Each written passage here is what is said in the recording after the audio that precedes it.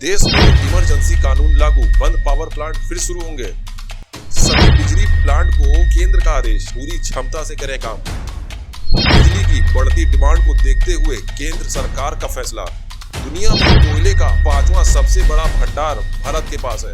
कोयला संकट के मद्देनजर केंद्र सरकार ने आपातकालीन शक्तियों का इस्तेमाल किया है। इमरजेंसी कानून लागू करके सभी पावर प्लांट्स को अपनी पूरी क्षमता के साथ बिजली उत्पादन करने का आदेश दिया गया है। केंद्र ने सख्त लहजे में कहा है कि अगर कोई लापरवाही करता है तो उसको बर्दाश्त नहीं किया जाएगा।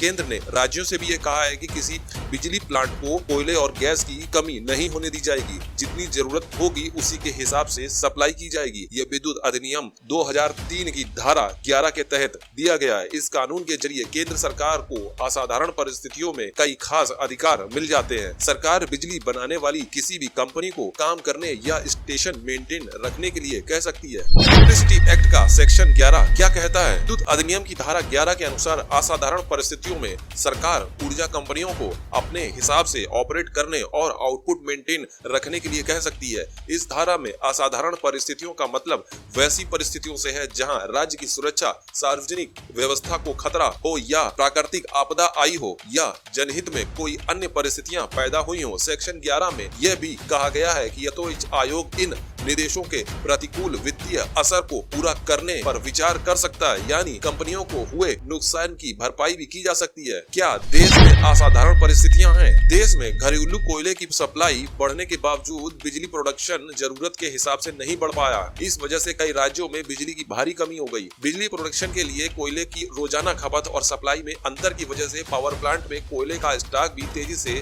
कम होता गया है। राज्यों को जल्द कोयला इंपोर्ट करने का निर्देश।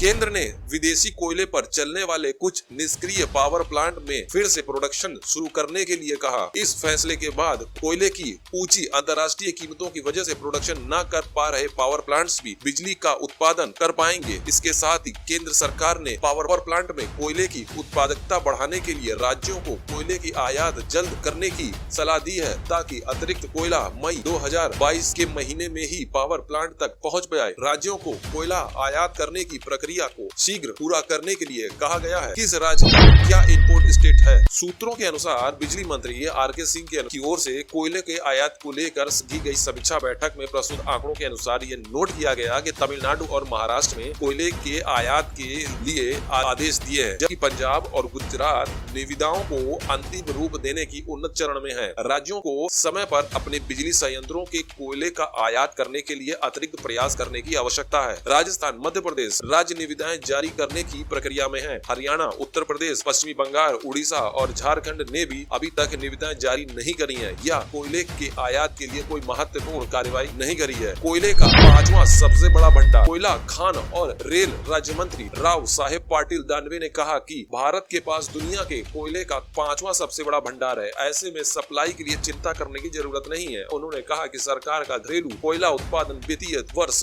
23 और 24 तक 1.2 अरब मीट्रिक टन तक बढ़ाने का है। कीमत बढ़ने से पावर प्लांट को भारी नुकसान। इंटरनेशनल मार्केट में कोयले की कीमत काफी तेजी से बढ़ रही है। इंपोर्टेड कोयले पर चलने वाले प्लांट्स के लिए पावर परचेज एग्रीमेंट में अंतर्राष्ट्रीय कोयले की कीमत में बढ़ोतरी के पास करने का प्रावधान नहीं है, यानी वो कोयले की कीमत के हिसाब से बिजली की कीमतों को नहीं बढ़ा सकते हैं। इंपोर्टेड कोयले की मौजूदा कीमत पर अगर ये प्लांट ऑपरेट होंगे तो भारी नुकसान उठाना पड़ेगा। आज के लिए इतना ही। नमस्कार।